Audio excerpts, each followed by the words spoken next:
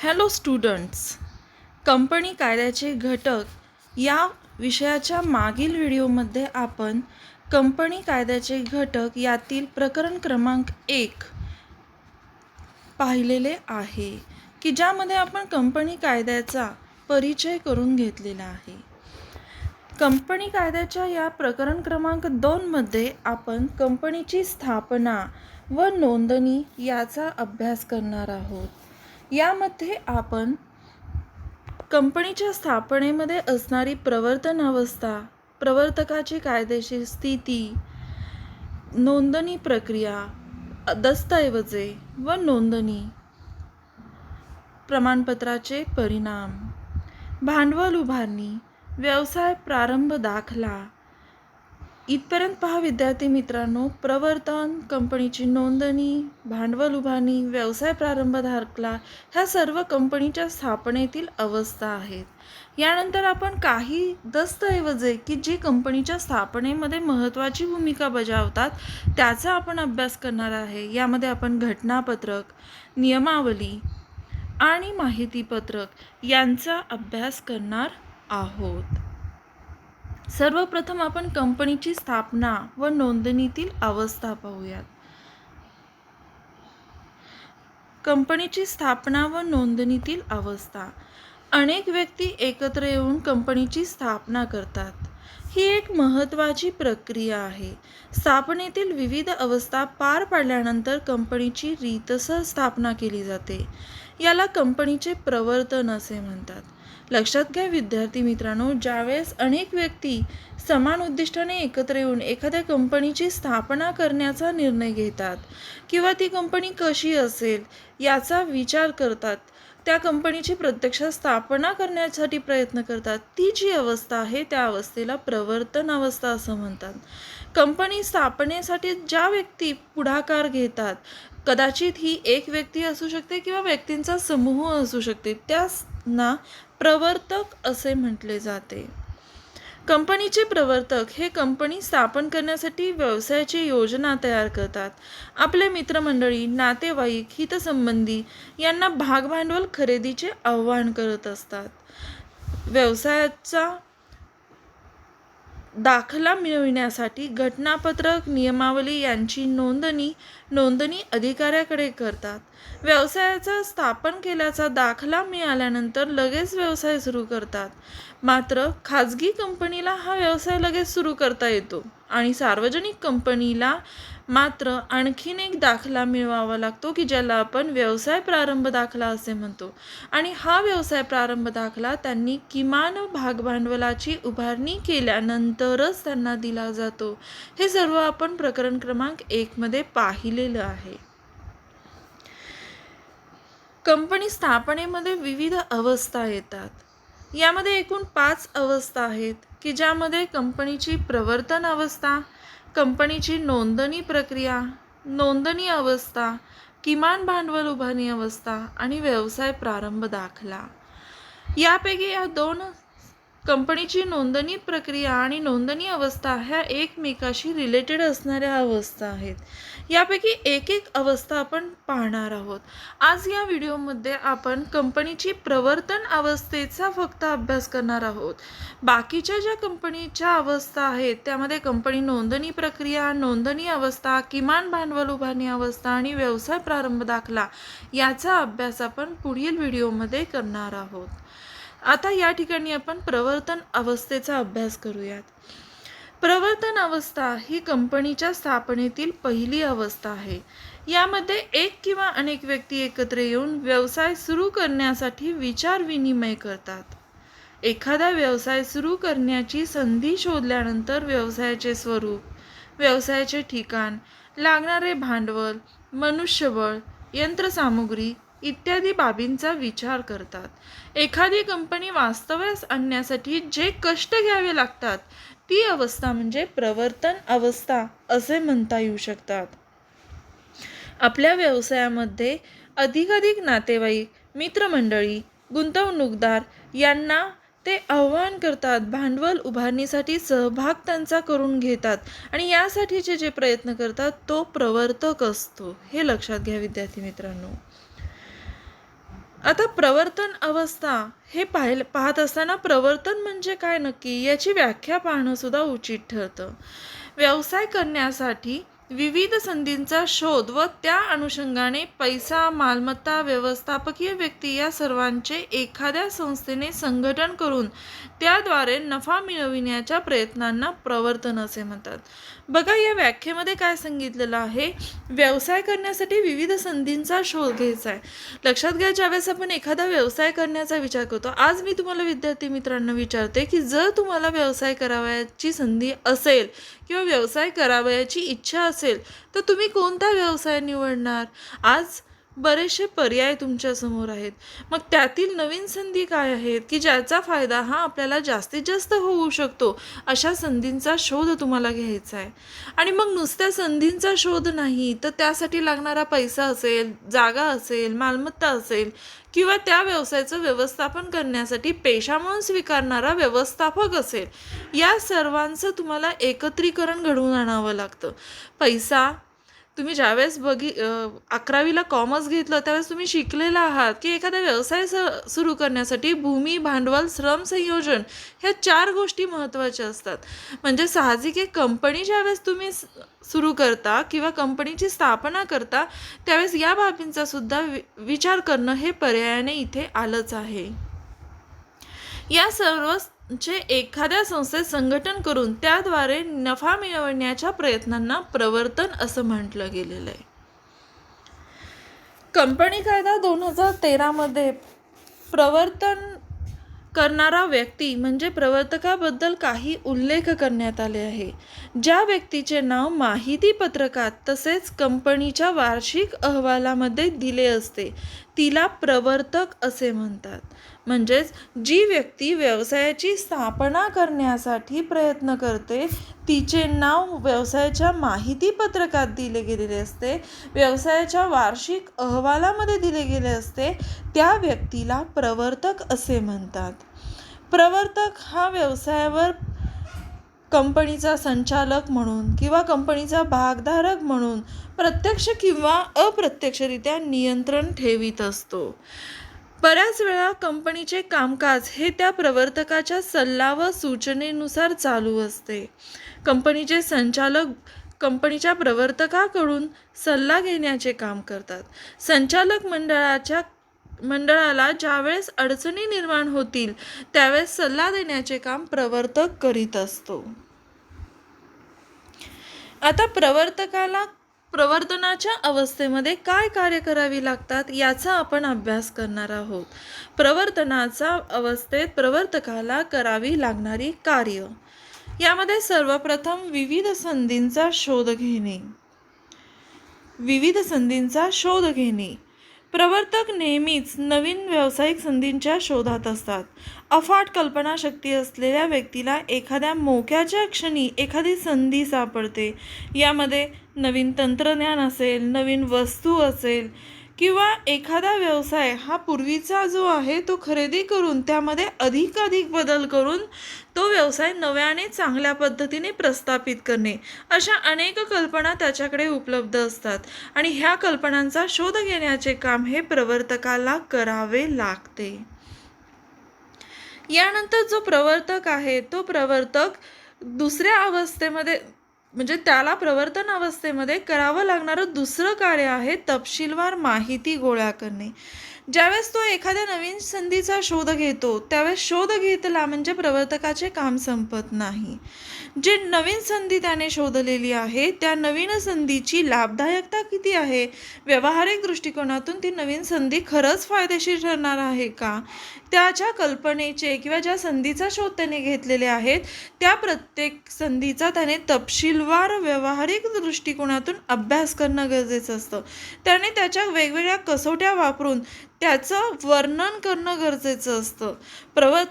प्रवर्तकाने प्रत्येक क्षेत्रामध्ये म्हणजेच व्यवसायाची उत्पादन प्रक्रिया असेल, विपणन प्रक्रिया असेल, कायदेशीर बाबी असतील, अर्थपुरवठा असेल, या सर्वाची माहिती तज्ज्ञ व्यक्तीकडून घेऊन त्याचं विश्लेषण करणं गरजेचं ठरतं. बऱ्याच वेळा प्रवर्तक हा स्वतः तज्ज्ञ असू शकतो, पण काही विशिष्ट क्षेत्रामध्ये तो त्याच्यापेक्षा जास्त तज्ज्ञ व्यक्तीचा सल्लासुद्धा वापरून ही तपशीलवार माहिती गोळा करू शकतो. प्रवर्तनाच्या अवस्थेमध्ये प्रवर्तकाला तिसरं कार्य करावं लागतं, साधन सामुग्रीची जमवाजमव. एकदा का संधींचे शोध घेतले, त्यातून योग्य संधी ही विविध कसोट्याच्या आधारावर तपासली की मग सुरू होती प्रवर्तकाची धावपळ, की ज्यामध्ये प्रवर्तकाला त्या व्यवसायाच्या स्थापनेसाठी आवश्यक असणाऱ्या साधन सामुग्रीची जमवाजमव करावी लागते. तपशीलवार परीक्षणाच्या आधारे त्याने व्यावहारिक दृष्टिकोनातून माहिती गोळा केल्यानंतर एक संधी निवडतो आणि मग त्या संधीसाठी आवश्यक असणारी विविध साधन सामुग्री ही प्रवर्तकाला शोधावी लागते. यामध्ये सगळ्यात पहिल्यांदा येतं सभासदाची निवड करणे, सभासद मिळवणे, संचालक म्हणून काही व्यक्तींना कार्य करण्यासाठी प्रवृत्त करणे. लक्षात घ्या, ज्यावेळेस एखादी कंपनी स्थापन करतो त्यावेळेस किमान सभासद संख्या ही स्थापनेच्या वेळेस असली तरच नोंदणी अधिकारी व्यवसायाची नोंदणी करून घेतो. खाजगी कंपनीच्या बाबतीत ही मर्यादा 2 दिलेली आहे, तर सार्वजनिक कंपनीच्या बाबतीत ही मर्यादा 7 दिलेली आहे. कंपनीच्या प्रकारानुसार आवश्यक असणारी किमान सभासद संख्या गोळा करण्याची जबाबदारी ही देखील प्रवर्तकाची असते. जो प्रवर्तक म्हणून काम करणारा व्यक्ती आहे तो व्यक्ती ही जबाबदारी पार पाडत असतानाच काही भागधारकांना किंवा काही सभासदांना कंपनीचे संचालक होण्यासाठी सुद्धा प्रवृत्त करतो, कारण की कंपनीच्या स्थापनेच्या वेळी संचालकाची सही सुद्धा आवश्यक असते. या व्यक्तींची निवड करून त्यांना त्यासाठी प्रवृत्त करून झाल्यानंतर कंपनीचे नाव निश्चित करणे, कंपनीसाठी जागा पाहणे, कंपनीसाठी आवश्यक असणारी प्रारंभिक मालमत्ता निवडणे, काही कायदेशीर तज्ज्ञ व्यक्ती शोधणे की ज्या कंपनीच्या प्रत्येक कार्यात कायदेशीर मार्गदर्शन करण्यासाठी आवश्यक असतात, कंपनीच्या बँकर्सची नियुक्ती करणे. लक्षात घ्या, कंपनी ज्यावेळेस भागभांडवल गोळा करते त्यावेळेस ते भागभांडवल किंवा कंपनीचे कोणतेही आर्थिक व्यवहार हे कॅशच्या स्वरूपात न होता बँकेच्या थ्रू केले जातात. त्यामुळे बँकर्सची नियुक्ती ही प्रवर्तकाला अगदी सुरुवातीच्या टप्प्यात करावी लागते आणि या सर्व बाबींची साधन सामुग्रीची जमवाजमव ही प्रवर्तकांना करावीच लागते. यानंतरचं कार्य येतं अर्थपुरवठा. कंपनीच्या नियोजित व्यवसायासाठी किती भांडवल लागेल हे तज्ज्ञांच्या मदतीने ठरवण्यात येते. त्यानंतर भांडवल उभारणीची निश्चित योजना तयार केली जाते. भाग व कर्ज रोख्यापासून किती भांडवल गोळा करावयाचे हे ठरविले जाते. आज या टप्प्यापर्यंत म्हणजे विविध संधीचा शोध, तपशीलवार माहिती आणि साधन सामुग्रीची जमवाजमव केल्यानंतर सगळ्यात महत्त्वाच्या टप्प्यामध्ये प्रवर्तक अर्थपुरवठ्याचा अभ्यास करतो. कंपनी आणि कंपनीची कार्यपद्धती यानुसार किमान भाग भांडवल किती लागेल किंवा कंपनीला किती निधी लागणार आहे याचा अंदाज तज्ज्ञ व्यक्तींच्या सहाय्याने प्रवर्तक घेत जातो. मग एकूण जो अर्थपुरवठा त्यांना लागणार आहे मग तो सर्व कशाच्या आधारे उभारावयाचा आहे. यामध्ये लक्षात घ्या विद्यार्थी मित्रांनो, एक कंपनी ज्यावेळेस नवीन स्थापन केली जाते त्यावेळेस गुंतवणूकदार अशा कंपनीमध्ये गुंतवणूक करताना खूप वेळा विचार करतात. मात्र एखादी जुनी कंपनी आहे जी वेल नोन आहे, त्या कंपनी नेहमी सातत्याने नफ्यामध्ये जाते याची खात्री पटल्यानंतर मात्र गुंतवणूकदार लगेच गुंतवणूक करण्यासाठी तयार असतात. मग अशा नवीन स्थापन होणाऱ्या कंपनीला अर्थपुरवठा हा जर गुंतवणूकदार म्हणजे भागधारक सगळा करत नसतील तर मग गुंतवणूकदार दुसरा शोधणं गरजेचं असतं आणि मग कंपनीसमोर दुसरा पर्याय असतो कर्ज रोखेधारक, डिबेंचर होल्डर्स.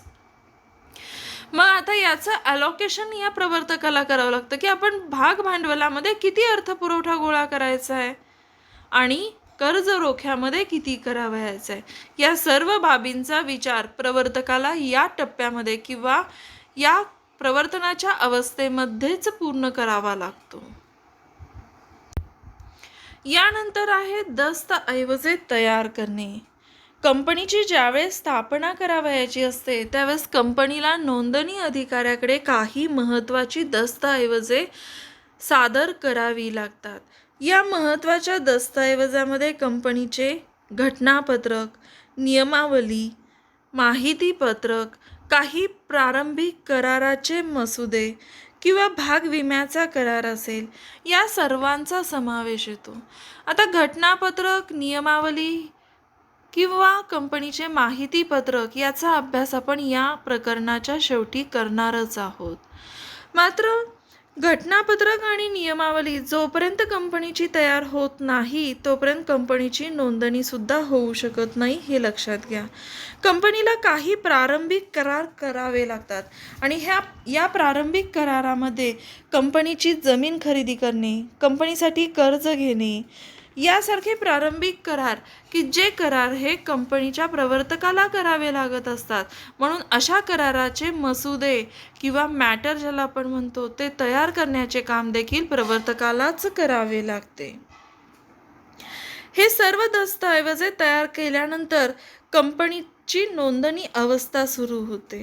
लक्षात घ्या विद्यार्थी मित्रांनो, ही सर्व कार्य ही प्रवर्तकाला जरी करावी लागत असली तरी प्रवर्तकाची व्यवसायातली भूमिका किंवा व्यवसायातलं स्थान निश्चितरित्या काय आहे हा प्रश्न आपल्यासमोर ठरू शकतो. का तर प्रवर्तक हा प्रवर्तन अवस्थेमध्ये सर्व कार्य करतो पण कंपनीचे भाग त्याच्याकडे त्यावेळेस नसतात. मग फक्त स्थापनेचे कष्ट करायचे का, त्याचा मोबदला त्याला काय मिळाला पाहिजे, यासारख्या अनेक प्रश्नांची उकल इथं आपल्याला करून घ्यावयाची आहे. या ठिकाणी आपण पाहणार आहोत प्रवर्तकाचे कायदेशीर स्थान. कंपनीच्या स्थापनेत प्रवर्तक किंवा प्रवर्तकाचा समूह अत्यंत महत्त्वाची भूमिका बजावत असतो. कंपनीच्या स्थापनेपूर्वीच कंपनीच्या माहितीपत्रकामध्ये प्रवर्तकाचे नाव दिलेले असते. कंपनीच्या वार्षिक अहवालात देखील त्याचे नाव समाविष्ट करण्यात आलेले असते. त्याचे कंपनीवर किंवा कंपनीच्या कार्यावर प्रत्यक्ष किंवा अप्रत्यक्षपणे नियंत्रण असते. त्याच्या सूचनांचा अनेकदा संचालक मंडळाकडून विचार केला जातो. कधीकधी संचालक मंडळ, कधीकधी भागधारक यांच्यावर नियंत्रण म्हणून देखील कंपनीचा प्रवर्तक कार्य करताना दिसून येतो. या सर्व बाबींचा विचार करता आपल्याला असे लक्षात येऊ शकते की कंपनीच्या प्रवर्तकाला त्याचे कायदेशीर स्थान हे कंपनी कायद्यामध्ये दिले गेलेले आहे. कंपनीचा जो प्रवर्तक आहे त्या प्रवर्तकाचे जे कायदेशीर स्थान आहे ते कायदेशीर स्थान पाहत असताना आपल्याला आणखीन एक मुद्दा या ठिकाणी पाहता येऊ शकतो, तो म्हणजे कंपनीच्या नोंदणीपूर्वी केलेले करार. कंपनीच्या नोंदणी करण्यापूर्वी प्रवर्तकाला कंपनीच्या स्थापनेसाठी काही प्रकारचे करार हे करावे लागतात की ज्याचा उल्लेख आपण मागील कार्यामध्ये दस्तऐवजे तयार करण्यामध्ये पाहिलेला होता. यामध्ये जमीन खरेदी करण्याचा करार आहे. हा करार कंपनीच्या वतीने कंपनीचा प्रवर्तक करीत असतो आणि कंपनीचा प्रवर्तक हे करार करत असल्यामुळे त्याचे कायदेशीर स्थान आपल्याला इथे दिसून येऊ शकते. कंपनीसाठी जमीन मिळवणे, जमिनीच्या मालकाशी चर्चा करणे, मालकाशी करार करणे या सर्व बाबी ह्या कंपनीच्या स्थापनेनंतर जरी करावयाच्या असल्या तरी सुद्धा प्रवर्तक या बाबतीत मोलाची भूमिका बजावत असतो. कंपनीचा प्रवर्तक हा कंपनीच्या कर्ज घेण्याचे कार्य सुद्धा करत असतो. कारण की मी मगाशीच सांगितल्याप्रमाणे एखाद्या सुरुवातीच्या काळामध्ये कंपनीला गुंतवणूकदार मिळत नाहीत. मग अपुऱ्या भांडवलामध्ये कंपनी सुरू करणं देखील शक्य नसतं. मग अशा वेळेस कंपनीसाठी कर्ज घेणे महत्त्वाचे ठरते. कंपनीच्या स्थापना होण्यापूर्वी अनेक प्रकारच्या कारणामुळे कंपनीला मोठ्या प्रमाणावर आर्थिक पाठबळ लागते. मग अशा आर्थिक पाठबळासाठी देखील कर्जदारांकडून कर्ज घ्यावे लागतात आणि मग या कर्जदारांसाठी कर्ज घेण्यासाठी जे करार करावयाचे आहेत ते करार देखील प्रवर्तक करत असतो, म्हणजेच नोंदणीपूर्व करार करीत असतो आणि हे करार प्रवर्तक करत असल्यामुळे त्याला काही कायदेशीर स्थान आहे हे आपल्याला दिसून येऊ शकते. बऱ्याच वेळा भाग विमा करांशी सुद्धा करार तो करत असतो. सार्वजनिक कंपनीला किमान भांडवल उभारणी केल्याशिवाय व्यवसाय सुरू करता येत नाही. सार्वजनिक कंपनी लोकांना आव्हान करून भांडवल मिळवू शकते, परंतु अनेकदा हे शक्य होत नाही. मग अशा वेळेस कंपनी भागविमेकराशी करार करते की हे भागविमेकरी जर कंपनीचं किमान भांडवल उभारणी झाली नाही तर ते सर्व भाग खरेदी करून ती भांडवल उभारणी करण्यासाठी मदत करीत असतात. म्हणजेच कंपनीचे प्रवर्तक ही सर्व महत्त्वाची करार करण्याची जबाबदारी पार पाडतात. यावरून आपल्याला लक्षात येऊ शकते की कंपनीच्या प्रवर्तकाचे कायदेशीर स्थान हे कंपनीमध्ये निश्चितरित्या आहे. विद्यार्थी मित्रांनो, या प्रकरणामध्ये आपण कंपनीच्या स्थापनेतील प्रथम अवस्था म्हणजे प्रवर्तन अवस्था याचा अभ्यास केला आहे. पुढील व्हिडिओमध्ये आपण कंपनीच्या स्थापनेतील द्वितीय अवस्था म्हणजेच कंपनीची नोंदणी प्रक्रिया याचा आपण अभ्यास करणार आहोत. माझे पुढील व्हिडिओ आणि मागील व्हिडिओ पाहण्यासाठी माझं यूट्यूब चॅनल सबस्क्राईब करा. थँक्यू.